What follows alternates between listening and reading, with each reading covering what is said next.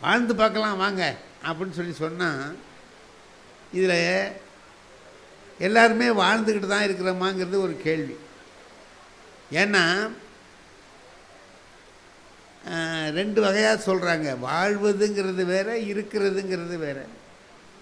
ஆனால் நம்மகிட்ட ரொம்ப பேர் எப்படி இருக்கீங்கன்னு கேட்டு பாருங்கள், ஏதோ இருக்கேன் அப்படிமா. யாருக்குமே திருப்தி இருக்காது, ஏதோ இருக்கேன். இன்னும் சில பேர் சொல்லுவாங்க, உங்கள் புண்ணியத்தில் இருக்கேம்மா. நம்மக்கிட்டே புண்ணியம் ஸ்டாக்கில் இல்லை, இதில் உங்கள் புண்ணியத்தில் இருக்கிறேன் அப்படின்னு சொல்லி சொல்லுவாங்க. ஓசிலே வாழ்கிறவன்னு அர்த்தம். ஏன்னா நம்மகிட்ட இருக்கிற புண்ணியத்தில் அவர் இருக்கிறாராம் அப்படின்னு. இப்படி எல்லாருமே என்ன செய்கிறாங்கன்னு கேட்டிங்கன்னா, ஏதோ தான் ரொம்ப கஷ்டப்படுறது மாதிரியும் இதை இருக்கேன் அப்படின்னு சொல்லி சொல்கிறாங்க. இருக்கக்கூடாது, வாழணும். ஒவ்வொரு நிமிடத்தையும் நாம் வாழ்ந்து கொண்டு கழிக்க வேண்டும். இந்த ஒரு நிமிஷம் போச்சுன்னா அதில் ஒரு பயன் இருக்கணும்.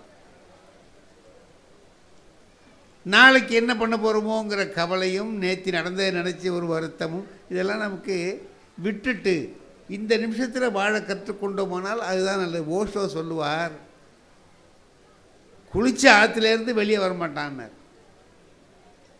குளிக்கிறதுக்கு இறங்கின ஆறு வேற, திரும்பி வரும்போது நீ வர்ற தண்ணி வேற. அந்த ஆறு முடிஞ்சு போய் அது ஓடிப்போய்ட்டு, ஒரு செகண்டில் ஓடிப்போய்ட்டு அடுத்த தண்ணி அடுத்த செகண்ட் வருது. ஆகையினால நீ எல்லாத்தையும் பழசை நினச்சிக்கிட்டு இருக்காத, ஒவ்வொரு நிமிடமும் வாழ கற்றுக்கொள்ள வேண்டும் என்று சொல்லுவார். எப்படி வாழ கற்றுக்கிறதுங்க? எப்படி வாழ கற்றுக்கிறது? நாம் இப்போது வாழ்க்கையில் நாம் முதல்ல என்ன செய்கிறோம்னு கேட்டிங்கன்னா, உண்மை பேசுகிறத விட்டுட்டோம். ஆனால் ஏதோ ஒரு பெரிய காரணத்துக்காக ஒரு பொய் சொன்னால் கூட ஒத்துக்கலாம். அனாவசியமாக பொய் சொல்லுவான். இந்த பொய் சொல்லவே வேண்டியதில்லை, அது கூட சொல்லுவான். நான் நேத்தி பையை எடுத்துக்கிட்டு வீட்டை விட்டு கீழே இறங்குறேன். ஒருத்தர் வந்தவர் கேட்குறாரு, எங்கே கடத்தெருவுக்கான? நான் கடத்தெருவுக்கு தான் போகிறேன். என்னங்க சொல்லணும்? ஆமாம், கடத்தெருவுக்கு சொல்ல வேண்டியது தானே. நான் என்ன சொன்னேன் தெரியுமா? இல்லை காய்கறி இல்லைன்னு ஏன் சொன்னேன்? இல்லை காய்கறி, அதுக்கு தானே கடத்தெருவுக்கு போகிற? அதுதானே அவன் கேட்டான். ஆமாங்க, கடத்தெருவுக்கு தான் போகிறேன் அப்படின்னு சொல்கிற பழக்கமே இல்லை நம்மகிட்ட. எதுக்கு எடுத்தாலும் ஒரு இல்லை சொல்கிறது. அதுதான் கடைசியில் அரிச்சந்திரனை சோதனை பண்ணுற பொழுது விஸ்வாமித்திரர் பல வகையான சோதனைகளை வச்சு பார்த்தாராம், தோற்று போயிட்டார். எல்லாத்துலேயும் அரிச்சந்திரன் வெற்றி பெற்று வர்றான், எந்த துன்பத்தையும் தாங்கிக்கிறான். கடைசியில் ஒன்று செய்கிறார், இதில் பார்த்துருவோம்னு செய்கிறார். என்ன செய்கிறார் தெரியுமா? ராத்திரி 12 மணி, நள்ளிரவு. அரிச்சந்திரன் மயானத்தில் காவல் காத்துக்கிட்டு நிற்கிறான். அவர் வர்றார். இப்போ அவன் போய் அசந்து போய் மேலே பரணி கட்டியிருக்கான். மரத்து மேலே ஒரு பரண் கட்டி அதில் தான் ஓய்வு. இப்போ இந்த மாதிரி கொஞ்சம் லேசாக தூத்தல் போட்டுக்கிட்டு இருக்கு. சிலுன்னு காற்றடிக்குது. ராத்திரி 12 மணிக்கு மேலே ஆயிட்டு. இப்போ எல்லாருக்கும் என்ன வரும்? அந்த நேரத்தில் தூக்கம் வரும். அவர் போய் மேலே உட்கார்ந்தார்.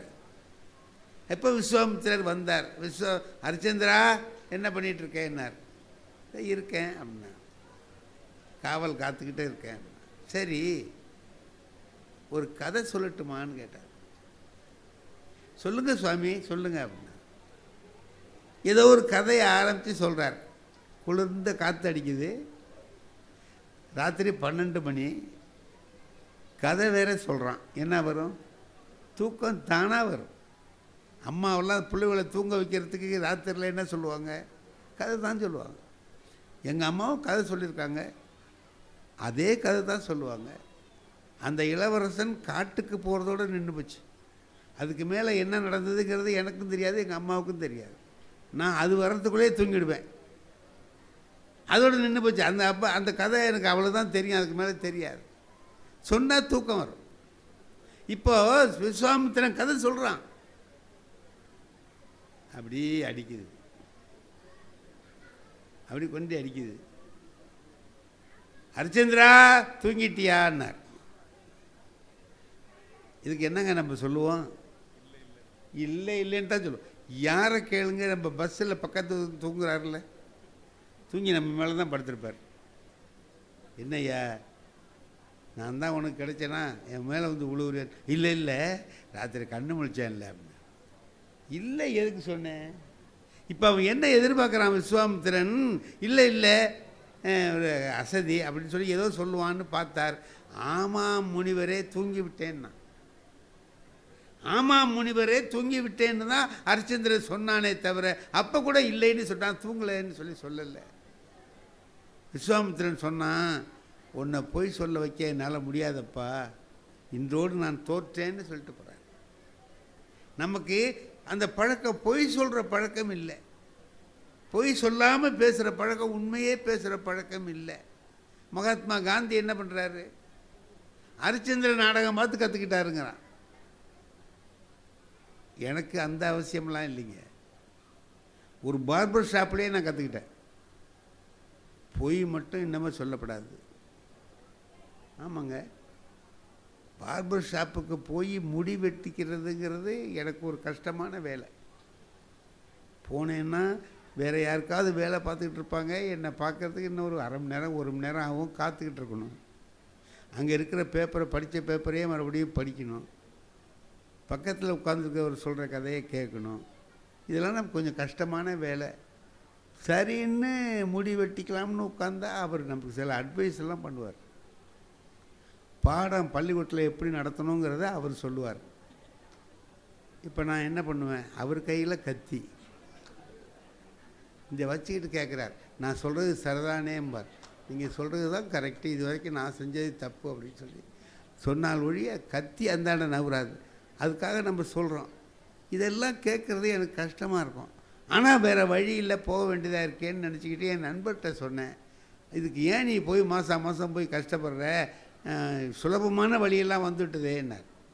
என்னன்னு, இந்த ட்ரிம்மர்னு ஒன்று இருக்குது, சீப் மாதிரி இருக்கும், அதில் ஒரு பிளேடை அப்படி வச்சுட்டின்னா, பிளேடை வாங்கி வச்சுக்க, நீயாவே இப்படி சீவுற மாதிரி எடுத்தினா லேசாக வந்துடும்.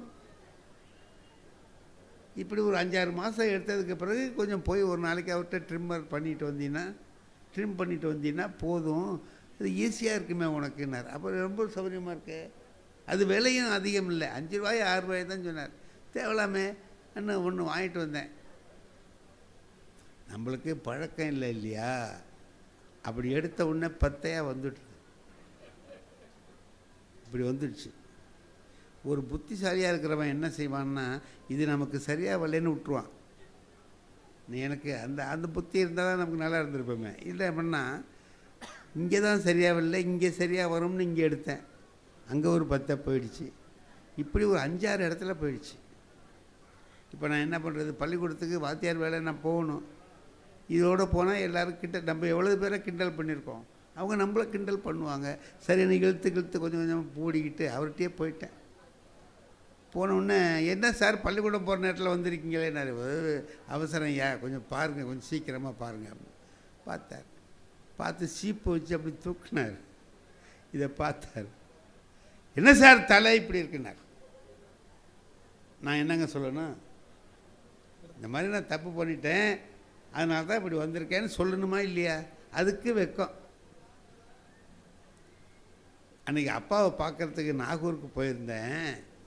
அங்கே ஒரு சின்ன பையன்கிட்ட போனேன், அவன் இப்படி வெட்டிட்டான். இதுக்கு அவர் என்ன சொல்லுவார்? நான் இல்லைன்னு சொல்லிட்டேன்ல, சின்ன பையன் தான் இதை வெட்டியிருக்கான்னு சொல்லிட்டேன் இல்லையா? அவர் சொன்னார், சின்ன பயலா, இவனோடையெல்லாம் செருப்பாலே அடிக்கணும் சார்னார்.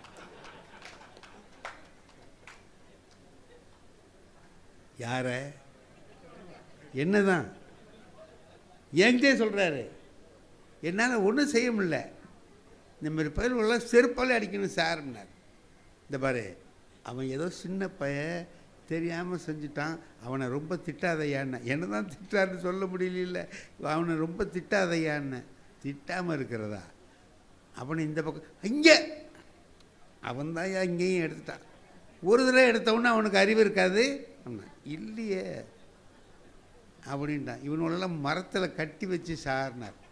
விட்டுடியா, அவன் ஏதோ தெரியாமல் செஞ்சுட்டான் விடியா அப்படின்னா விட மாட்டேங்கிறான். கடைசியாக நான் என்ன பண்ணேன், இனியும் விட்டால் ரொம்ப திட்டுவார், நம்மளால் தாங்க முடியாது அப்படின்னுட்டு, இல்லையா நான் தான் அந்தமாரி செஞ்சிட்டேன், சும்மா நான் வெக்கப்பட்டுக்கிட்டேன். நீங்களா சார் வெட்டினீங்க, முதல் தடவையிலேயே உங்களுக்கு வேலை நல்லா வருது சார்னா. நான் ரிட்டையர் ஆக போகிற சமயம் அது. அப்படின்னா என்ன அர்த்தம், இதை விட்டால் அடுத்த வேலை அதை பார்க்கலாம் நீங்கிறது மாதிரி, நல்ல முதல் தடவையிலேயே உங்களுக்கு வேலை நல்லா வருது சார்னா. அப்போ நான் நினச்சேன், இது எதனால் நமக்கு இந்த அவமானம் வந்தது? ஒரே விஷயந்தான், பொய் சொன்னது தானே, ஒரு சின்ன விஷயந்தானே, சின்ன பிள்ளையிலேருந்து நம்ம படிக்கிறது தானே இது. பொய்யாமை பொய்யாமை ஆற்றின் அறம் பிற செய்யாமை செய்யாமை நன்று. எத்தனை தடவை இந்த திருக்குறள் நாம் படிச்சிருப்போம், மற்றவனுக்கு சொல்லியிருப்போம். திருக்குறள், ஒரு திருக்குறளில் திருவள்ளுவர் சொல்கிறார், ஓதி உணர்ந்தும் பிறருக்கு உரைத்தும் தான் அடங்கா பேதையில் பேதையார் இல். படித்தான், அது சரிதான்னு உணர்ந்தான், மற்றவங்களாம் எடுத்து சொன்னான். ஆனால் அவன் மட்டும் அதுபடி நடக்கலை. அவனை விட முட்டாள் உலகத்தில் யாரும் இல்லை. பேதையில் பேதையார் இல். அவனை விட முட்டாள் உலகத்தில் இல்லை.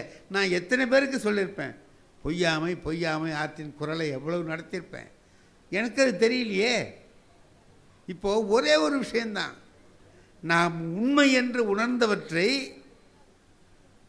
பின்பற்றி வாழ கற்றுக்கொண்டோமானால் எந்த தொல்லையும் வராது.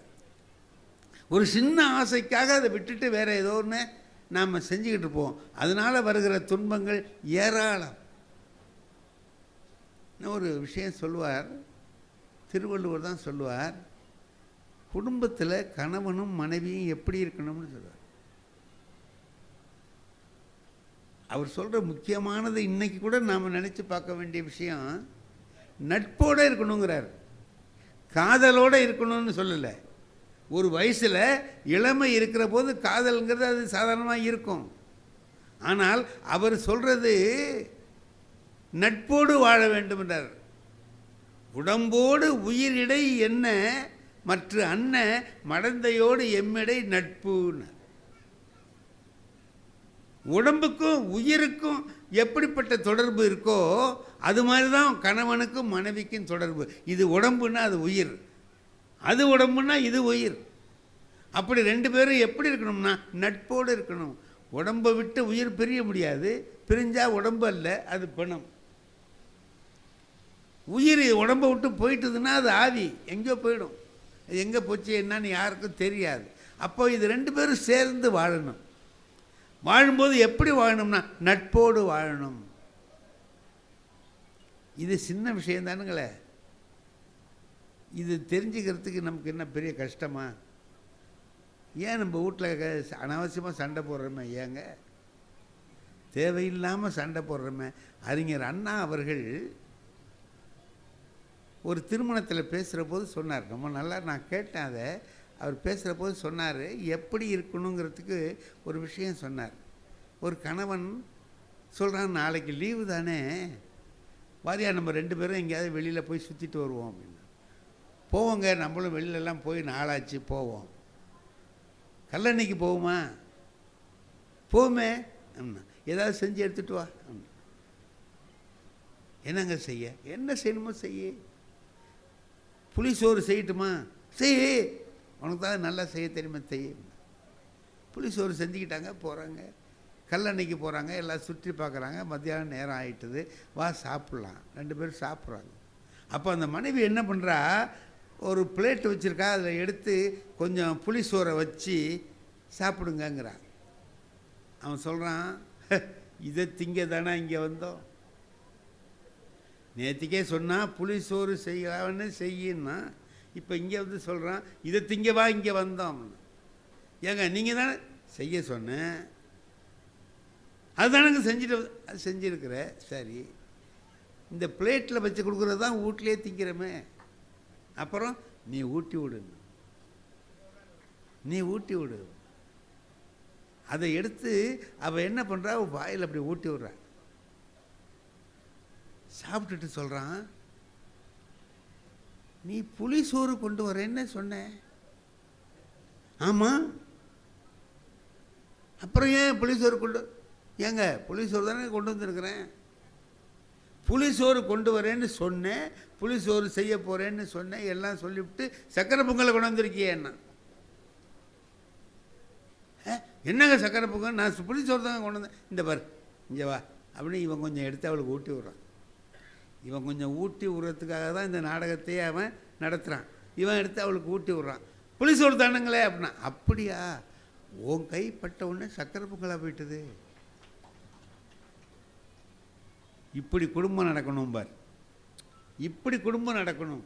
ஒவ்வொன்றுலேயும் ஒருத்தர் பாராட்டி வாழுகிற அந்த வாழ்க்கை இருக்குது பாருங்க, அதை வாழ்ந்தோம்னா அந்த குடும்பம் எப்படி இருக்கும்னா சொர்க்கம் மாதிரி. சொர்க்கம்னு தனியாக ஒன்றும் இல்லை, நம்ம வீடு தான் சொர்க்கம்.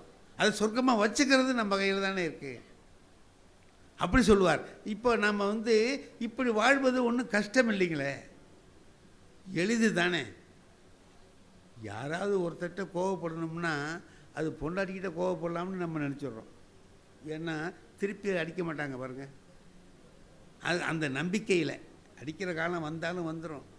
அந்த காலத்துலலாம் வேறு மாதிரி இருந்தது, இப்போ வேறு மாதிரி இருக்குது. ஒரு கல்யாணங்க இப்போ சமீபத்தில், அந்த கல்யாணத்தில் நான் வாழ்த்து சொல்லணும், காலையில் போக முடியல. சரி போவோம், சாயந்தரமாக போய் பார்த்து பொண்ணு மாப்பிள்ளைகளை பார்த்து வாழ்த்திட்டு வருவோம்னு நினச்சேன். சரின்னு போய் சாயந்தரம் போனேன். அங்கே போய் பார்த்தா பொண்ணையும் காணும் மாப்பிள்ளையும் காணும். பொண்ணோட அப்பா இருந்தார், இங்கே வாங்கய்யா, எங்கே பொண்ணு மாப்பிள்ளை கோயிலுக்கு போயிருக்காங்களான்னு. போவாங்கல்ல, அன்றைக்கி சாயந்தரம் போயிருக்காங்களான்னு கேட்டேன். இல்லை தம்பி, சினிமாவுக்கு போயிருக்காங்கன்னு. என்னது சினிமாவுக்கா? காலையில் தான் கல்யாணம் ஆகிருக்கு, சாயந்தரமேவா சினிமாவுக்கு போயிட்டாங்க என்ன? அதுக்கு அந்த அப்பா என்ன சொன்னார் தெரியுமா? இல்லை தம்பி, காலையிலே தான் போகிறேன்னு சொன்னாங்க, நான் தான் ஒரு மத்தியானத்துக்கு மேலே போகலாம்னு சொன்னேன், போயிட்டாங்க. ஐயா பேசிகிட்டு இருக்கும்போது கொண்டாந்து வச்சா இதை பார்த்து பேச்சு வருமா முதல்ல? இப்போ அவங்க திங்கிறாங்கன்னு வச்சுங்க, திங்கிறத பார்த்தா பேச்சு வருமா?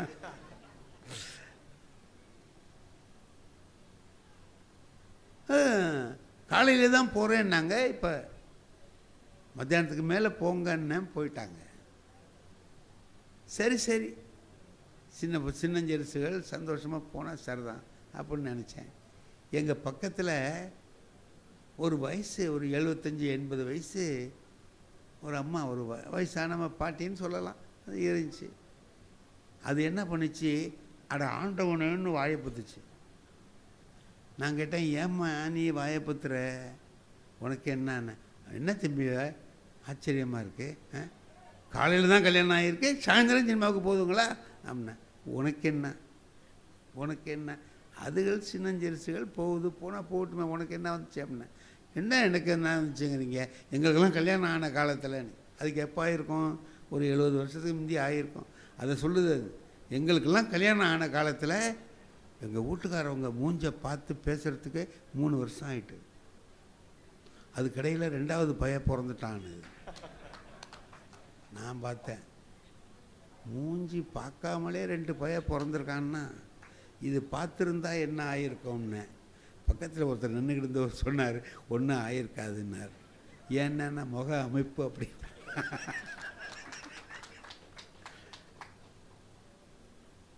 நீங்கள் யோசனை பண்ணி பாருங்கள், அதுக்கு முந்தைய திருமணமாகி அந்த கணவன் மனைவி 2 பேரும் கலந்து இயல்பாக பேசுகிறதுக்கே 10 நாள் ஆகுமா? ஆகாது. நம்ம காலத்தில் இருந்தது அப்படி, நம்ம காலத்தில் அப்படி இருந்தது. அப்படிலாம் போய் இப்போ சாயந்தரமே 2 பேரும் சினிமாவுக்கு போகிறாங்கன்னா மாறுதல் தானே. இது நல்ல மாறுதல்ங்கிறீங்களா கெட்ட மாறுதல்ங்கிறீங்களா? நல்லது தான். மகிழ்ச்சியாக அவங்க 2 பேரும் போகிறதுங்கிறது நல்லது தான். அந்த மாற்றத்தை ஒத்துக்கணும். திருமணங்களில் இப்போ பார்த்திங்கன்னா அந்த காலத்தில் ஒரு பொண்ணு உட்காந்து கல்யாண மேடையில் உட்காந்துருக்கும்போது பார்த்திங்கன்னா தலை குனிஞ்சு உட்காந்து, நம்ம நிறைய பேர் பார்த்துருக்குறோம், தலையை குனிஞ்சு இப்படி வெக்கப்பட்டுக்கிட்டு இப்படி தான் இருக்கும். அந்த பக்கத்தில் இருக்கிற கணவனை கூட அது பார்க்காது, அப்படியே இருக்கும். அவரும் பார்க்கலான்னு பார்ப்பார், முகம் தெரியாது, தலை தான் தெரியும். ஃபோட்டோ எடுக்கிறவர் இந்த மாதிரி எடுப்பார். அம்மா கொஞ்சம் நிமிருங்க அம்மா, அது நிமிராது, அப்படியே தான் இருக்கும். பின்னால் இருக்கிற பொண்ணு என்ன பண்ணும், அப்படி கொஞ்சம் தலையை தூக்கும், கையை எடுத்தோன்னே விழுந்துடும். இது மாதிரிலாம் இருந்தது. அப்போ ஒரு வீட்டில் ஒரு ஃபோட்டோ இருந்துச்சு. அப்போ அவங்க கல்யாண மேடையில் இருந்த ஃபோட்டோ, அதில் பார்க்குறேன் விரலோடு இருக்குங்க படம். என்ன எடுத்தால் விழுந்துருதாக்கு என்ன பண்ணுறது, பின்னால் வச்சே எடுத்தோம் அப்புறங்கிறது. இப்போ கல்யாணத்துக்கு போய் பாருங்கள் என்னம்மா இருக்குன்னு. இந்த பொண்ணை அழைச்சிட்டு வர்றதுக்கு என்ன பண்ணுவாங்கன்னா, 2-3 தோழி பெண்கள், அது வராது, வெக்கப்பட்டுக்கிட்டு வராது, இப்படி தள்ளிக்கிட்டே வரும். நீங்கள் பார்த்துருக்கீங்களா சார்? சும்மா சொல்லுங்கள், ஒன்றும் தப்பு இல்லை. நீங்கள் பார்த்துருக்கீங்க, சரி. அப்படி தள்ளிக்கிட்டு வருங்க. இப்போ பார்க்குறேன் சார், அந்த 2-3 பொண்ணுகளும் அதை பிடிச்சிக்கிட்டு ஓடியாரு, அது முந்தி ஓடியாருது, இதெல்லாம் பின்னால் வருது, அதுவளை இழுத்துக்கிட்டே இது வருது. வரும்போதே ஹாய்ங்குது. மாப்பிள்ளை உட்காந்துருக்கவன் பயப்படுறான், என்னடா இது இந்த மாதிரி இருக்கேன். படித்தாச்சு, பெண்கள் படித்தாச்சு, வந்து உட்காருது. வந்து உட்காரும்போது வாழ்க்கையில் முக்கியமான சந்தர்ப்பம் இல்லையா கல்யாணம்ங்கிறது. அதில் எதுக்கு தலை குனிஞ்சிட்டு இருக்கணும்? தலை நிமிர்ந்து உட்காந்துருக்கலாமேனு தான் உட்காந்துருக்கு. நம்ம ஆளுவ சொல்கிறோம், அந்த காலத்துலலாம் பொண்ணுவெல்லாம் உனக்கு என்ன, குனிஞ்சிருந்தா என்ன, நிமிர்ந்திருந்தா என்ன, 2 பேரும் ஒற்றுமையாக குடும்பம் நடத்துகிறாங்களே அதானே பார்க்கணும் அப்படின்னு. நான் ஒரு கல்யாணத்துக்கு போயிருந்தேன் சார். அங்கே என் மாணவனோட பையன், அவனுக்கு கல்யாணம். அந்த பொண்ணு நல்லா அப்படி உட்காந்து வர்றவங்கட்டலாம் வாங்க போங்கன்னு பேசிட்டு நல்லா இருக்கு. இந்த பையன் குனிஞ்சிக்கிட்டு இருக்கான் அப்படி. நான் அந்த மாப்பிள்ளைய போய் கேட்டேன், ஏன்டா நீ ஏன்டா குனிஞ்சிக்கிட்டு இருக்கேன்னு. அவன் சொல்கிறான், 2 பேரில் யாராவது ஒருத்தர் குனிஞ்சிருக்க வேண்டாமா, நான் குனிஞ்சிருப்பேன்னு இருக்கேங்கிறான். இதெல்லாம் மாறுதல் தான். இந்த மாறுதல் நல்லா யோசனை பண்ணி பார்த்தீங்கன்னா, இந்த மாறுதல் நல்லதா கெட்டதா? நல்லது தான். அந்த காலத்தில் இருந்தது பூரா சரி, இப்போ இருக்கிறது பூரா தப்புன்னு நினச்சிட்டு கூடாது. அந்த காலத்தில் இருந்தது நல்லதும் இருந்தது, கெட்டது. பாரதி சொல்லுவான், என் தாத்தா வெட்டின கிணறுங்கிறதுக்காக உப்பு தண்ணியை குடிப்பியாடான்னு கேட்டான். என் தாத்தா வெட்டின கிணறு தான், அதுக்காக உப்பு தண்ணியை குடிப்பியா நீ? பழமைனா பழமையில் நல்லது இருந்தால் எடுத்துக்கோ, புதுமையில் இருக்கிற நல்லதையும் எடுத்துக்கோ. வாழ்க்கை சுகமாக வாழ என்ன செய்யணுமோ அதை செய்ய கற்றுக்கொள்ள வேண்டும். அதுக்காக நான் சொன்னேன், வாழ்ந்து பார்ப்போம் வாரியர்னு. வாழ்ந்து பார்ப்போம்னா தன்மை பன்மைன்னா என்னையும் சேர்த்து சொல்கிறேன். என்னை விட்டுட்டு உங்களுக்கு மட்டும் சொல்லலை, நம்ம சேர்ந்து எல்லாரும் யோசிப்போம், என்ன செய்யலாம் என்று யோசிப்போம். அப்படின்னு பார்க்குற போது பெரிய விஷயம் ஒன்றும் இல்லை. இன்னும் ஒன்று இருக்குது நம்மகிட்ட. எனக்கு கொஞ்சம் தமிழ் படிச்சிருக்கேன் இல்லையா, ஏதோ 2 திருக்குறள் அது எது தெரியும். இன்னொருத்தர் இருக்கிறவருக்கு அந்த 2 திருக்குறளும் தெரியாது. அந்த 2 தெரிஞ்சிருந்தாருன்னா நான் கொஞ்சம் அவரை கண்டு பயப்படுவேன். அவருக்கு அந்த 2ம் தெரியல. இப்போ எனக்கு என்ன நினைப்பு வந்துடும்னா, இவர்கிட்ட நம்ம எது வேணாலும் சொல்லலாம், ஏன்னா அவனுக்கு தான் தெரியல. ஒரு தடவை சுகி சிவம் நடுவராக இருந்தாருங்க. நான் பேசுகிறேன், கீழே பேசுகிறேன் அவர்கிட்ட. அப்போ ஒரு அம்மா என்ன பண்ணிச்சு, ஒரு கடுமையான வார்த்தையை சொன்னிச்சு. என்னை எதிர்த்து பேசுகிற அம்மா கடுமையான வார்த்தை சொன்னிச்சு. ஆம்பளைங்கெல்லாம் அயோக்கியன்னு ஓடிச்சு. சுகி சிவம் கோவப்படுறாரு, ஒன்றும் சொல்ல முடியல. என்ன கேட்குறாரு, என்ன அந்த மாதிரி சொல்கிறாங்க, நீங்கள் போட்டு உட்காந்துருக்கீங்களாங்கிறார். அப்புறம் அவர் கேட்டார், ஏம்மா நானும் ஆம்பளை தான்மான்னார். உங்களையும் சேர்த்தான் சொல்கிறேங்க, இது உங்களையும் சேர்த்தான் சொல்கிறேன். இப்போது அவர் என்ன பண்ணார், என்ன இப்படி சொல்கிறாங்க பேசாமல் உட்காந்துருக்கீங்களேன்னு என்ன கேட்டார். நான் சொன்னேன், ஏன் சொல்கிறாங்கன்னு கேளுங்க, ஆமாம் அயோக்கியனா எதனால் சொல்கிறாங்கன்னு கேளுங்க அப்படின்னு. அப்போ அவர் கேட்டார். அந்த அம்மா சொன்னிச்சு, வாழ்க்கையில் நடுத்தரமான வயசு, நடுநிலை 40 வயசு, 40 வயசில் கணவன் இறந்து போனால் மனைவி என்ன செய்வா, மனைவி இறந்தால் கணவன் என்ன செய்வான்னு கேட்டு. நல்ல கேள்வி தானுங்களே இது. எதனால் சொன்னேன்னு சொல்லுது அந்த அம்மா. 40 வயசில் கணவன் இறந்து போனால் மனைவி ஒரு தவ வாழ்க்கை நடத்துவாள். தன்னுடைய பிள்ளைகளுக்காக வாழணும்னு நினைப்பாள். வேலைக்கே போகாதவ வேலைக்கு போக ஆரம்பிப்பாள். குடும்பத்தை எடுத்து நடத்துவாள். பள்ளிக்கூடத்தில் போய் பிள்ளைகளை சேர்க்க, கொண்டு போய் விட, அரைச்சிட்டு வர, எல்லா வேலையும் அவள் பார்ப்பாள்.